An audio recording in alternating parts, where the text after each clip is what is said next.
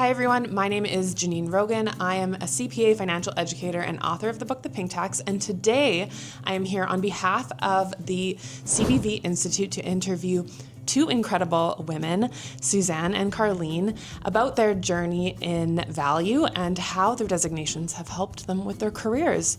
So I would love for both of you to walk through a little bit of your career journey and maybe how the CBV designation has fit into that and what ultimately made you complete the CBV designation. So maybe we'll start with you, Karleen. Thank you for that intro. Yeah, I started in getting my CA, so I started in a Big Four in the audit practice. From there, just continued on to get my CBV. I decided if I was going to do that, I needed to study and just keep studying before I stopped. But that really did afford me an opportunity to take other roles within our Big Four organization, and that helped me to understand our business better and move into leadership roles. Most notably recently is I took over as the Calgary EY Office Managing Partner on Jan 1. Oh my gosh, congratulations. That's very exciting. Thanks. Congratulations. Very exciting to see a female CEO of a big firm. So awesome. For me, I didn't really plan on having a career in accounting for this long.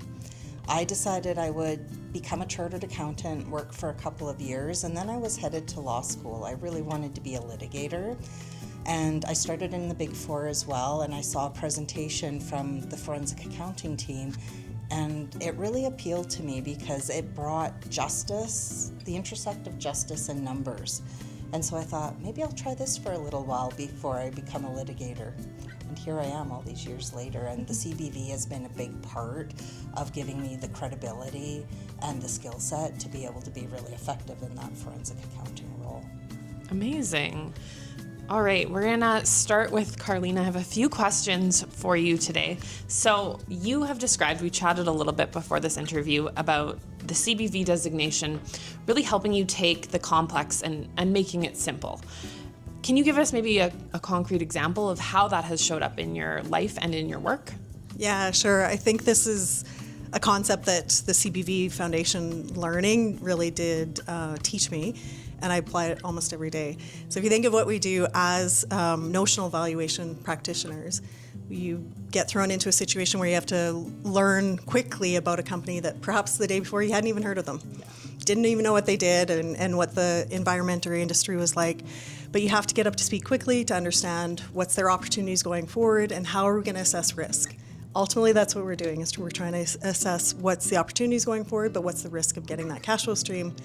And then packaging it into a understandable, comprehensive package, right? So we're taking all of that good technical things that we learn and we as CBVs like to talk about, building up the WAC and all kinds of things like that, but making it understandable for a reader and for a stakeholder who maybe doesn't live in valuations every day. And it's shocking, but they may not want to learn about all of the technical, but they need to understand what our assumptions were, what's the basis for that, and how do we get to the conclusions.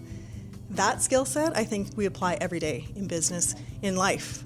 Should I get the insurance in my next travel, or my next trip? What's the risk? What's the benefit? What is the benefit of that company going forward? And then even thinking of our own business today, what's our opportunities and what's our risks to get there? So I think it's been very foundational and very important skill. Amazing. So after being in the industry for a while and working your way up to partner, how has the technical complexity of valuation work changed? And how do you think your designation has helped you kind of keep pace with the changes that have happened in the industry over the years? Yeah, I think change is amazing. If you think even the last 5 years, the change that businesses have seen and had to figure out how to encounter and meander through is amazing. So over 25 years as a CBV, obviously a lot of change. Technically, the PPAs weren't actually a thing that I studied when I did my CBV, but that's a big part of my business today, right, is breaking down the component parts of a business and valuing all the different pieces. But even taking that step back to how businesses do work today, we see it in energy now, where there's a confluence of different sectors like power and utilities and a conventional midstream, or think solar panels on midstream facilities. So our companies, our clients are doing business with people they didn't historically do business with, which leads to complex contracts, complex business relationships, and then back to what I just said about us being able to take that complexity, break it down to its component parts, and then think through how to go forward. That skill set helps us solve our clients' problems every day. All right, so switching gears a little bit to maybe a little bit more of a personal conversation, you made partner with an 80% work arrangement, and that was largely due to the fact of raising children. And I'm curious, being a woman in corporate Calgary or corporate Alberta or corporate Canada, how was that experience? And did your CBV give you the confidence to ask and fight for that work arrangement, or how did that end up helping you? How did your designation end up helping you advocate for what you needed? Yeah, it's a great question. I think we could talk about this for hours probably. It's a big topic, but yes, I do think the CBV has always given me the strength and maybe the knowledge that I add value, right? I can add value to clients. I can add value to our teams. I would say I have been fortunate to surround myself with very great people. I think that's the number one thing. If you're getting out of bed, I always said if I'm leaving my kiddos at home or at daycare or somewhere else, I better like who I'm working with, right? Because that's an important part. But I do think it comes back to output versus input. I think I was able to prove that my output at 80% was worth 80%, right? Like it was worth them taking a risk that I could still juggle all of my client demands, make sure the team is getting mentored, and our quality wouldn't change, or so it came down to output. I had senior leaders come to me and say, your output hasn't changed yet, you're on 80%. So I think the CBV allowed me to do that, back to quickly getting up to speed, focusing on what's important, letting the things go that aren't important, was very beneficial. And defining that value, I think that's a skill set that many of us can continue to work on, is how do you articulate the value that you're creating for an organization or for your clients? Yeah, for sure. And no pun intended, I like to value things, but I do think that, again, showing that, proving that what you're putting out there is valuable. Amazing. So you have said that the CBV designation obviously kind of gives you a different lens or maybe a different perspective than someone in a traditional maybe accounting or CPA role. And I'm curious how that has changed or developed a different perspective for you as you've moved into partnership and then obviously most recently managing partner. Yeah, again, I think being a leader, you often come up with situations where you had no idea what was going on. Someone will come to you for advice or for a decision. You have to quickly understand what's going on, what are the facts, and maybe what are not the facts, because never have all the information that you want before you have to make a decision. But then taking all that information quickly, making a risk-based decision and or giving advice or coaching in the moment is important for a leader. To have that confidence, to have that foresight. And I think, again, what we do every day as notional valuation professionals putting out professional reports, that base of skill set has allowed me to be an effective leader. Wouldn't it be great if we could have all of the information always before we made a decision? I think that would help a lot of people make decisions, but that's just not the case in life or at work. Yeah, I always say I have gotten comfortable with the uncomfortable, right? You have to get comfortable making those decisions, taking a stance, making an opinion without knowing everything. This is not reasonable, to your point. Yeah. Now, we've talked a little bit about, obviously, your journey into partnership and managing partner, and then obviously becoming a mom. And I'm curious also, you have done some not-for-profit work. And I think for many women, having an impact is something that's super important to them. And they are always finding ways to give back with their time, with their money. How do you feel the CBV designation has supported you through one of the, I guess, really key mergers that you were a part of, which was through a not-for-profit of ultimately what ended up being the Trellis Society? Yeah, and I would say it was one of the things I'm most proud of in my career, even though it was... Oh, I love that. It was a volunteer role. Again, back to surrounding yourself with great people. Fantastic management team, fantastic organization.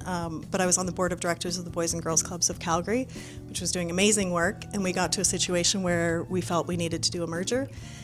Needed to for financial reasons, but also wanted to because we would have greater impact for what we could do in the market that we were delivering services in. I led that merger, and I would say I understand why not-for-profit mergers don't happen every day. It was a lot of work and not traditional. But part of the skill set that I've learned as being a CBV is figuring out quickly what is important, what's the driving force here, and then letting the not important things fall to the side. As you can imagine, in any not-for-profit situation, people around the table are passionate for what they do. That is what drives them into work every day. That's what drives the volunteers. That's what was driving the board of directors, both sides. And we quickly figured out that we had to orient around why are we here. And we would start every meeting with the other board of directors with why are we here? How is this going to be better for the stakeholders? And how are we going to have a bigger impact on intergenerational trauma that's happening in our city? You start there. The rest figures it out. I mean, yes, it was brute force and a lot of work. Yeah. But I did find coming back to what was important to all of us was key to start every meeting and to reorient people back. It's not about what you can get out of this or what I can get out of it. It's what the impact we're going to have. And that was important. And I credit that back to what we do every day as CBVs, is figuring out what's important here. I only have a week to get up to speed, 2 weeks to do the valuation. So what's important, what's not? What can I not know about? What do I need to know about?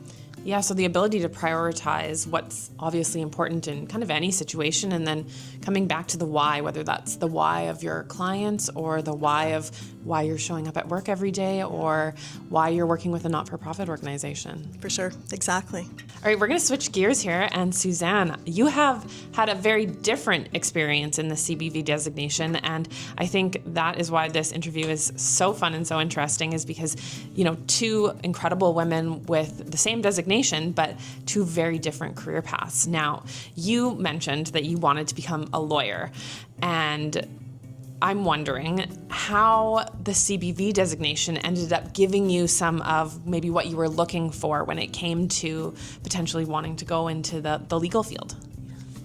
It's a really interesting question, how people's careers unfold and where you get to where you are. For me, what was driving that desire to be a lawyer was about justice. It was about people in disputes and helping them through that process to the other side. That was what was really driving my interest in law. Once I got my CBV designation and I was working in loss quantifications, I spend a lot of my time working in disputes. I'm either investigating some type of fraud or misconduct, or I'm quantifying a loss, helping people through a dispute in some way. So getting, first of all, the knowledge of the court process and how that works. There's a stream within the CBV that gives you that base knowledge so that you can walk into a courtroom, so that you can speak credibly with lawyers, and that you have a sense of credibility with both your lawyer clients and the judiciary. That was really important. But for me, I just found I already had this great base of knowledge as a CPA, and I could fulfill that desire to help people through disputes, to get justice, and to be involved in that process without having to go back to school and reorient myself. So it was really a win-win. And law school is not cheap, and it also takes a lot of time. Not to say that the CBV designation doesn't, but I think you can do it while you're working, which is fantastic.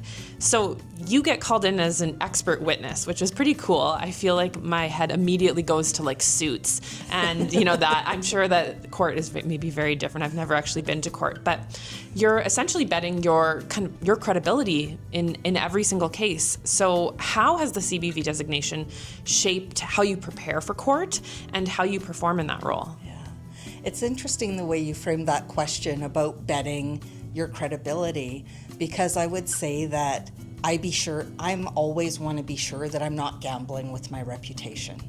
And so the CBV to me has really helped me safeguard that reputation by understanding the depth of work and what I need to know to do a good defensible report, to be able to give an opinion that will be able to withstand scrutiny. Having that foundation allows me to walk into the courtroom knowing that I've done good work, I have the right facts, I've done a thorough analysis, and then it's just how you perform on the stand. And so having confidence really helps with that performance, and that's where the CBV training has been so beneficial. That's amazing. I feel like I would be nervous to be on the stand and having, lawyers grill me about certain things. So that is incredible that, your CBV designation has helped you build that confidence to a point where hopefully you're not still nervous when you're on the stand. You know what? There's always a little bit of nerves. My personal view is if you're going into a courtroom and you don't have any nerves, that's when you should be worried, because you've become too comfortable and too complacent. Every time I go to court, a client, the outcome of what happens to a client, it's not all on me. There's, of course, the legal strategy and the lawyers have their job, but there's a piece of that they're depending on me to, first of all, have done the right work and have a good foundation, but also to present well. And so I take that very seriously. I make a commitment to my clients when I take them on. It's not just about dollars and cents. It's about, again, walking with them through this process and helping them. So I'm still nervous, and I'm happy that I still feel a little bit nervous. It shows that I still have the right values and I haven't become overconfident. I think there's nothing more dangerous than an overconfident witness.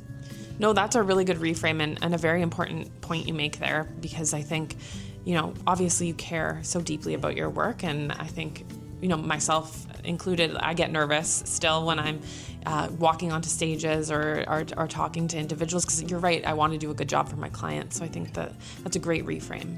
Well, and it's actually something that I really appreciate about where we are as business. When I started in Big Four like 30 years ago, there was this leadership style of put on a mask, don't show emotion, be like a man, and just grit, and don't let anyone know that you feel like you don't have an answer.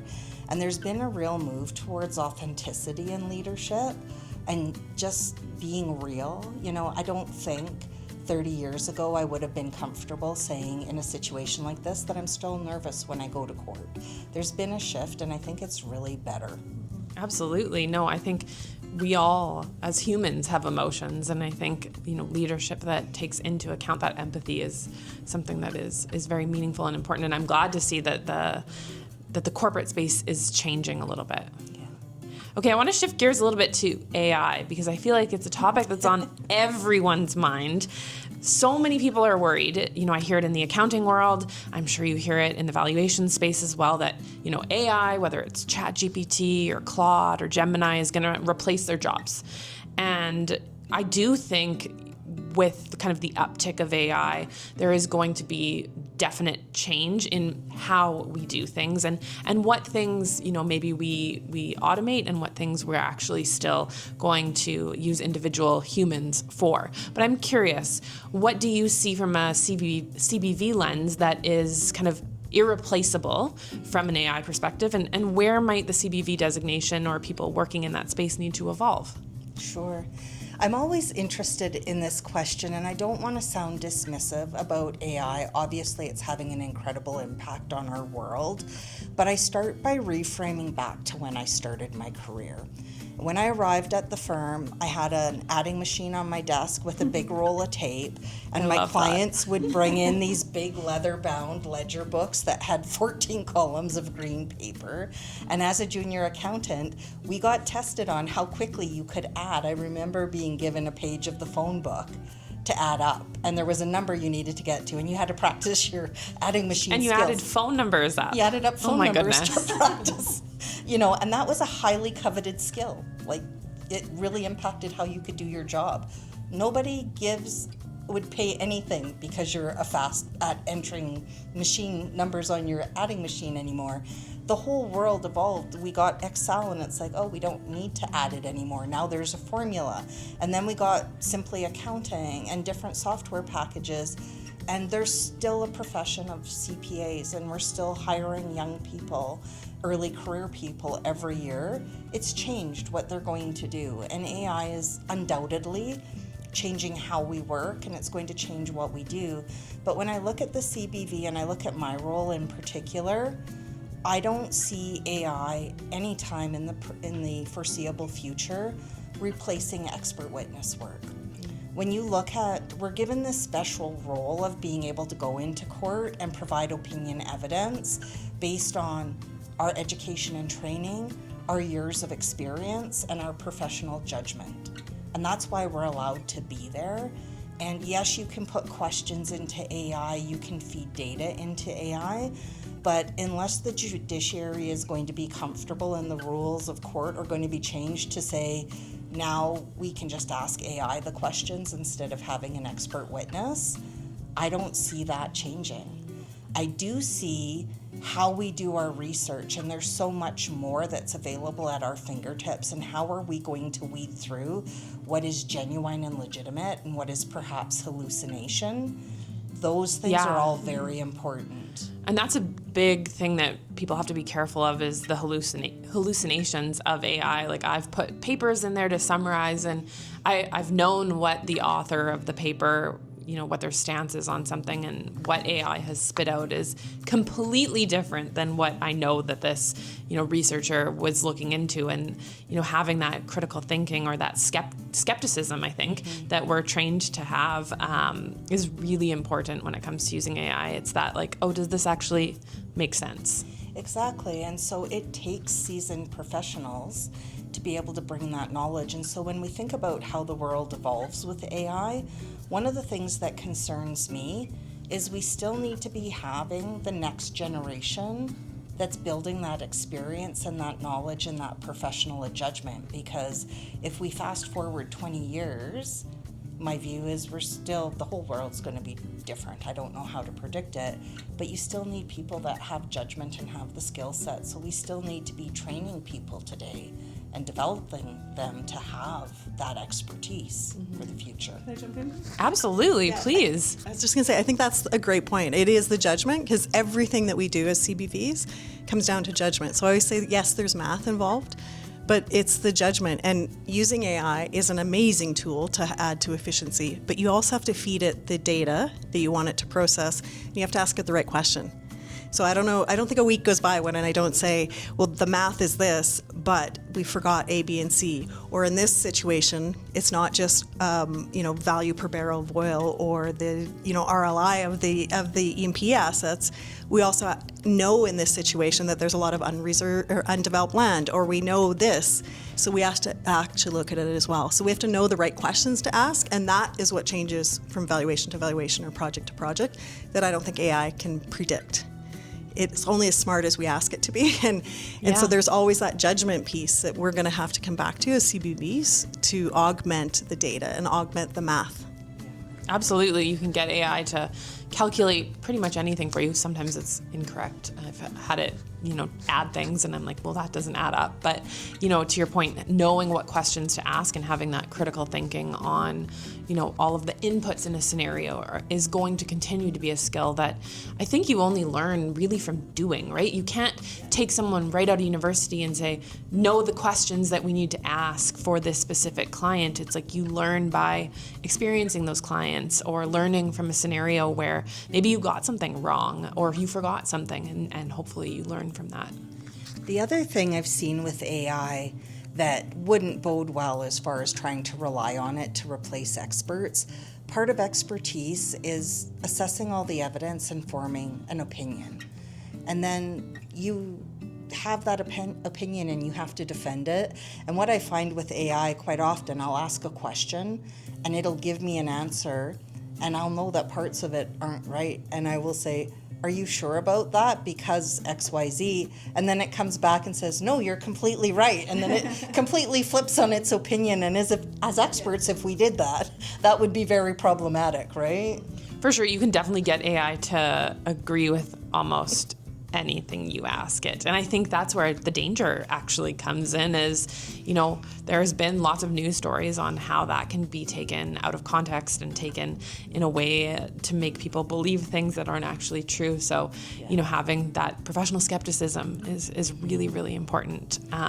Okay, I want to shift gears a little bit and talk about a personal story you shared with me, and that is during university, you worked in a coal mine. Yes. You were driving in a coal mine, and obviously, probably back then, but also probably still true now, very male-dominated industry. So maybe the lonely only woman doing that role. How did that experience of being somewhere that, I'm going to put air quotes, like you weren't supposed to be, maybe shape how you show up in what is, again, predominantly or traditionally a male-dominated space in finance and accounting? You know what? It's one of those situations where sometimes what you think is your lemon turns into like the greatest benefit for you. So I was paying my own way through university, and it was really important that I had a good paying job for the summer. So while most students were going and working as interns, I had the opportunity to work at a coal mine.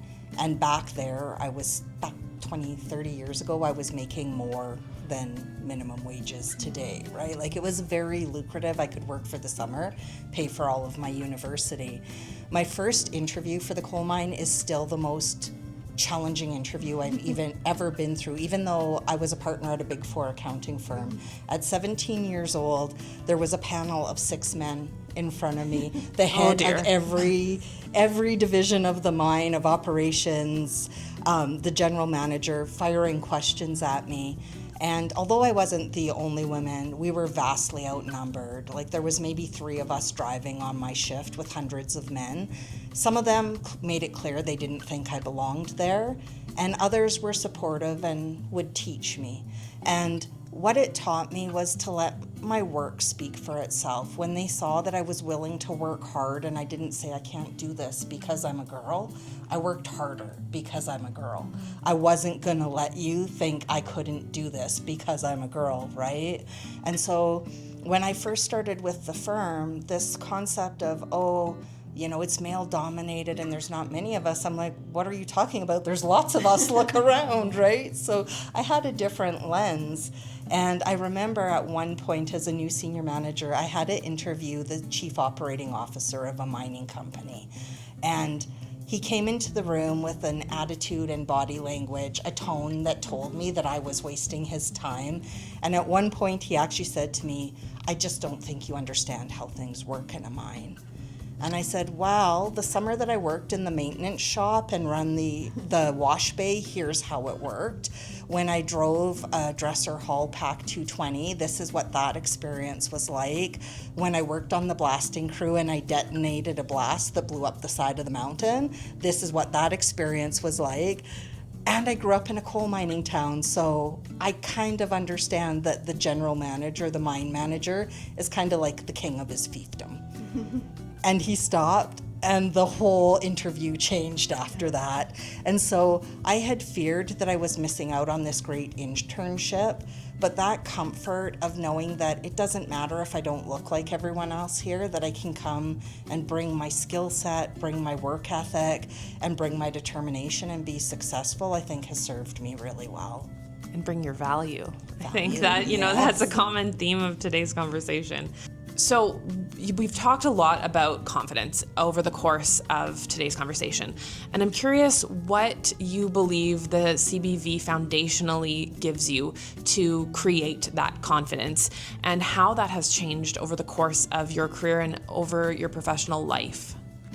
It's a great question. I mean, I think there's a couple ways that the CBV has helped me.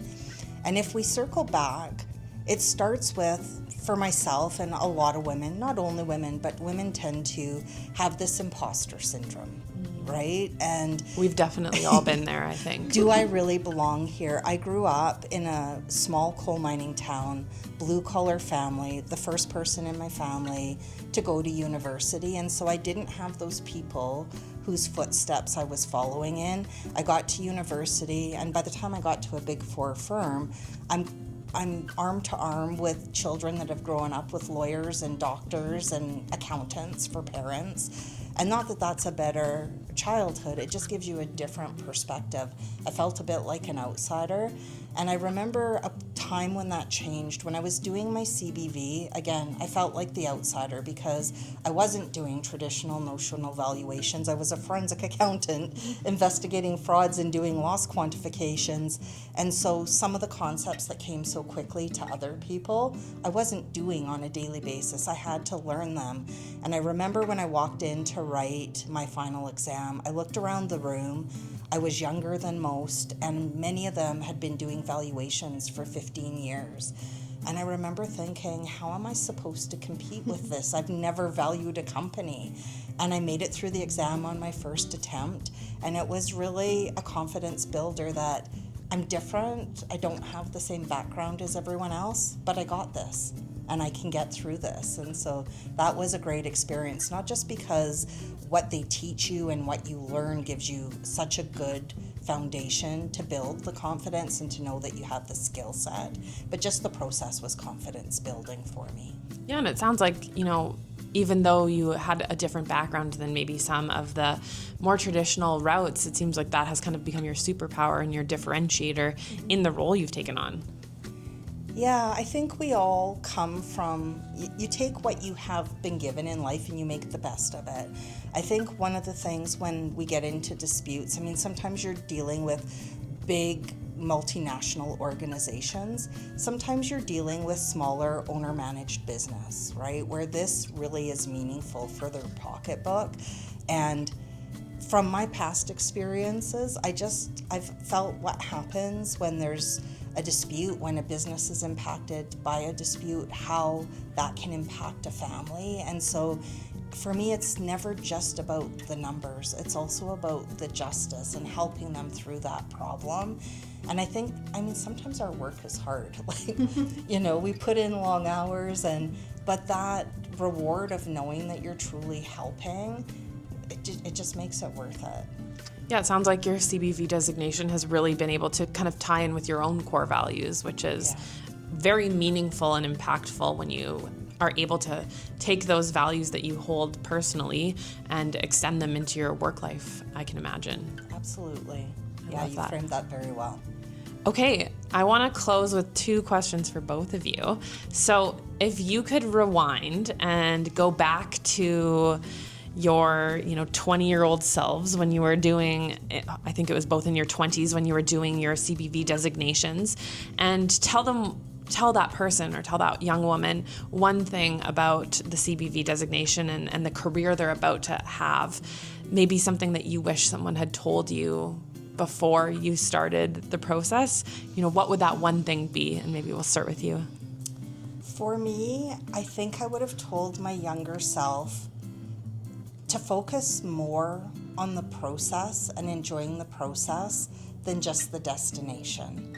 So I've told you, it was a bit of a twist and turn. At the point when I did my CBV, I was still thinking that I was going to become a litigator, and my firm had told me that I needed to have my CBV to get the next promotion. And so it was a bit of a jumping a hurdle exercise for me, and I didn't go into it thinking I'm going to learn all these wonderful things. I went into it thinking I have to check this box to get to the next place. And it's just, now sitting here in my 50s reflecting, when you're only focused on how do I get as quickly as I can from here to Edmonton, it's not as enjoyable as you think about what's interesting along the way. What could I stop and see? Between here and Edmonton, I don't know what I would stop and see. Not a lot. Right, exactly. I could go to the donut mill, there you right? go. But how many times do we just get in the car and drive as fast as we legally can in a straight line to get where we're going? And it's so much more interesting if you enjoy the process. And looking back now, I can see how much I learned and how valuable it has been. I wish that I would have brought that mindset to it instead of looking at it as a checkbox exercise. I think that doesn't just apply to CBVs. I think that applies to life as well. I think so often we're so focused on checking the box, getting the next thing, earning the next promotion, getting the next raise. And I think we do forget to enjoy the process along the way. And, I don't think people get to the end of their life and go, wow, I wish I had gotten to X, Y, and Z faster. It's like, I wish I had spent more time talking to that person or enjoying this part of my life that was actually so incredible, but at the time, maybe I didn't realize how amazing of an opportunity it was. When clients are considering whether to hire me, never once have I been asked, did you pass the UFI on your first attempt? Or how many years when you became partner? Or how many chargeable hours did you get last year? That's not what my clients care about. But those were the things that were driving me so much, right? So I tell people, young people all the time, try to just take a different lens. Don't make it about accomplishment. Make it about your values. Like the reason I'm still here all this time later, my number one value is ethics and integrity. And this career fulfills that. So it's kept me here, and I haven't gone back to law because I got what I needed. That's amazing. What would you tell your younger self? Well, I agree with all of that. I think that's a very good answer. Similar, but because I do think that we're all very much A types. If you're going to get a university designation and a CA and a CBV, and we are probably all A types looking at the next destination. But sitting here again in my 50s and having achieved a lot of what would have been my goals at the time, I'm still looking at learning every day and trying to grow into a better professional and a better coach for my team and a mentor and better serving my clients. So I think I'm still learning, and I'm still a lifelong learner, which comes back to, I think, what I would tell myself is experience does matter. And I don't know that I believe that in my 20s and 30s, but it does matter. You touched on it earlier, but it's there's never been a valuation in my entire career that was the same as the last. Every project is different, and you might take something out of that next one that's technical. It might be theoretical, or it might just be better project management, better way to present. There's so many soft skills that we learn through our career and through our job that I think experience matters. And taking all of those experiences together and trying to continue to learn, adapt, and take something out of every experience makes you into a better professional, which would then open more doors and more opportunities for you. It's that silver lining. What can we take from this experience and, either learn from it or grow from it? And obviously not every experience in life and in business is positive or feels positive at the time, but what's the one thing we can take and apply moving forward, whether that's a learning or if that's a different way of doing things or a faster way of doing things. I think that reflection piece sounds like it is something that is very important in the line of work that you do, so that you can apply that going forward and be the best possible CBV. Yeah, and again, we're solving different and more complex problems. I feel like almost every day, every week, it's something new, something different. And as I've taken that skill into different leadership roles and trying to figure out how we grow our business and how do we show up in our community, that's important. So experience matters, and so be patient, don't focus on the destiny, enjoy the experience, but also take what you can and learn from what you can from it. I think that sometimes early in your career, though, it's hard to hear to be patient. It's certainly not one of my virtues. I am working on it every single day. But I think, reminding ourselves that, these good things, they do come with time and experience. And I think, again, reflecting back on, what have I learned from this? And I think sometimes also reflecting on how far you've come is a really good exercise, because I think, again, we get that, checkbox mentality. What's the next thing I need to achieve? And it's like, well, look back and see also all of the amazing things that you've done. Yeah, absolutely. So whether you're getting a promotion or you didn't get a promotion, but you worked on 8 really cool projects and you learned something, that is as beneficial and as meaningful for your long-term career as getting the promotion or that next project. Okay, if there was a woman that was watching this and she's contemplating whether or not to do her CBV designation, maybe she already has a designation, maybe she's coming out of university and is interested in this line of work, maybe she wants to go to court. Is there maybe one thing you would tell her if she was on the fence about doing this designation? Because it's a big time commitment, it's a lot of work, and it's not cheap either, right? Like you can't just write the exam for free. You have to go through all of the different levels. So if she's on the fence, what's one thing you would tell her? Yeah, I think for me, the technical skills you're going to get through getting your CBV there's nothing that will compare to that. It's fantastic and it's a good framework to fall back on. But I also don't know many careers where you're going to learn all of the other soft skills, all of the other EQ. How do you look at a business? How do you understand risk? How do you apply those skills? And because of the kind of the weird situation we put ourselves in this notional world of what would the loss be, right, or how do I look at the value of this company in this weird situation that was 4 months ago and I pretend, because of that environment we put ourselves in where we have to understand the business, I think that you learn so much other than the technical skills that are kind of obvious. It's all of the other stuff that I've been able to learn. I get up to speed quickly, comfortable with the uncomfortable, not knowing all of the answers, but still making risk-based decision-making and coaching and mentoring that's led me to be a good leader. So I do think it's a career where you can take almost any path. You can go back to soft skills, you can open your own business, you could write a book. You could take it almost anywhere, and that background and that framework is going to help you. That kind of makes me want to do my CBV designation. I'm of the opinion that education is never wasted. I think there's something that you can always take from it, and it sounds like the CBV designation really gives both the soft and the hard skills and the confidence to kind of own both of those sides of things.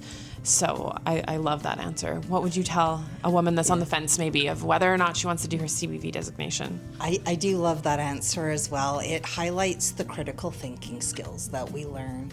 And those skills will help you anywhere. Like, I have friends sometimes that say it's no fun arguing with you because I just find you're always framing, right? Thinking about the pros, the cons, like what are the strengths, weaknesses that Support my argument. Yeah, how do I defend my value or defend my opinion? And so it changes you as a person about how you think and how you approach things. But I think I would encourage her to think about her why. What is it that you want to get out of it? What do you want to feel at the end? Because for me, it's ended up being such a good fit because it aligns with those core values, right?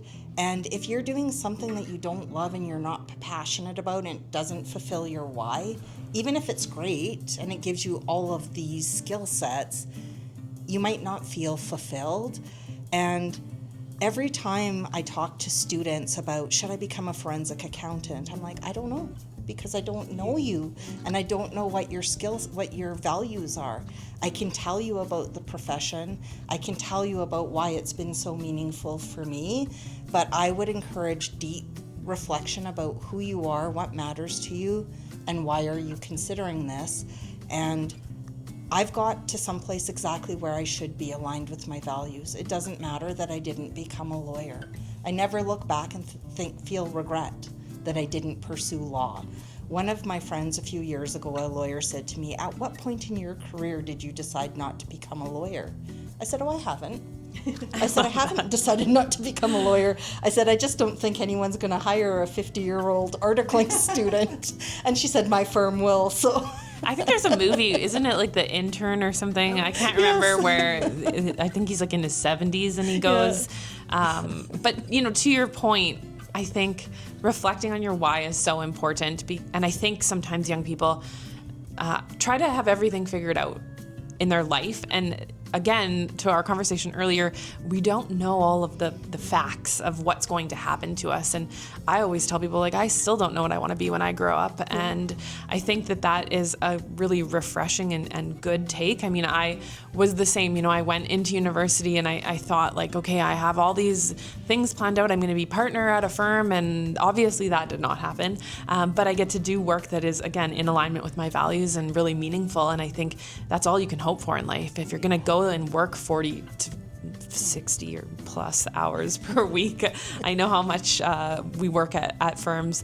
I think it's really important that you like the people you work with and that you like the work that you're doing. Yeah, I have never once in my career been sitting looking at the clock going, when is it going to turn 5? You're like, oh my God, it's going to be 5. I am getting a knock on the door going, is it 6 o'clock already? Like, I have to go get my dog from the daycare, right? Like, to have a career where I'm never bored and I'm not sitting watching a clock. I have friends that are waiting for the clock to turn 5. It's not a fun place to be. Well, thank you so much for sharing your experiences, your careers, and your leadership with us today. Do either of you have any closing thoughts or anything that we didn't touch on that you think is really important for our audience to know?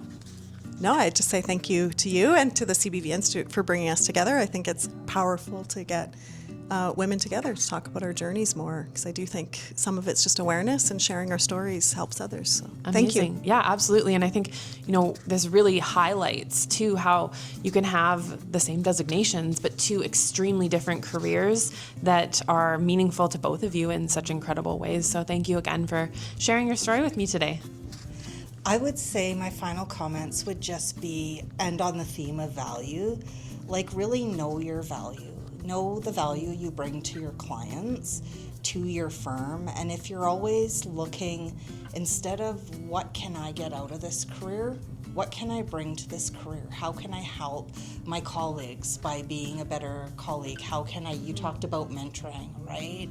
So the value that you can bring to the people around you, and if you're doing that, it'll come back to you tenfold.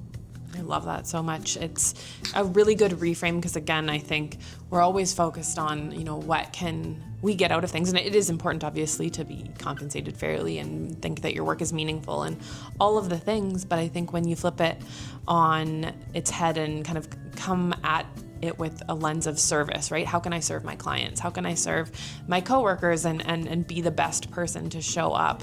I think that is such a great way to think about having a career that is meaningful to you. Amazing. Well, thank you so much for joining us today. And for more information, you can check out the CBV Institute, and I will include all of those links in the description section of this video.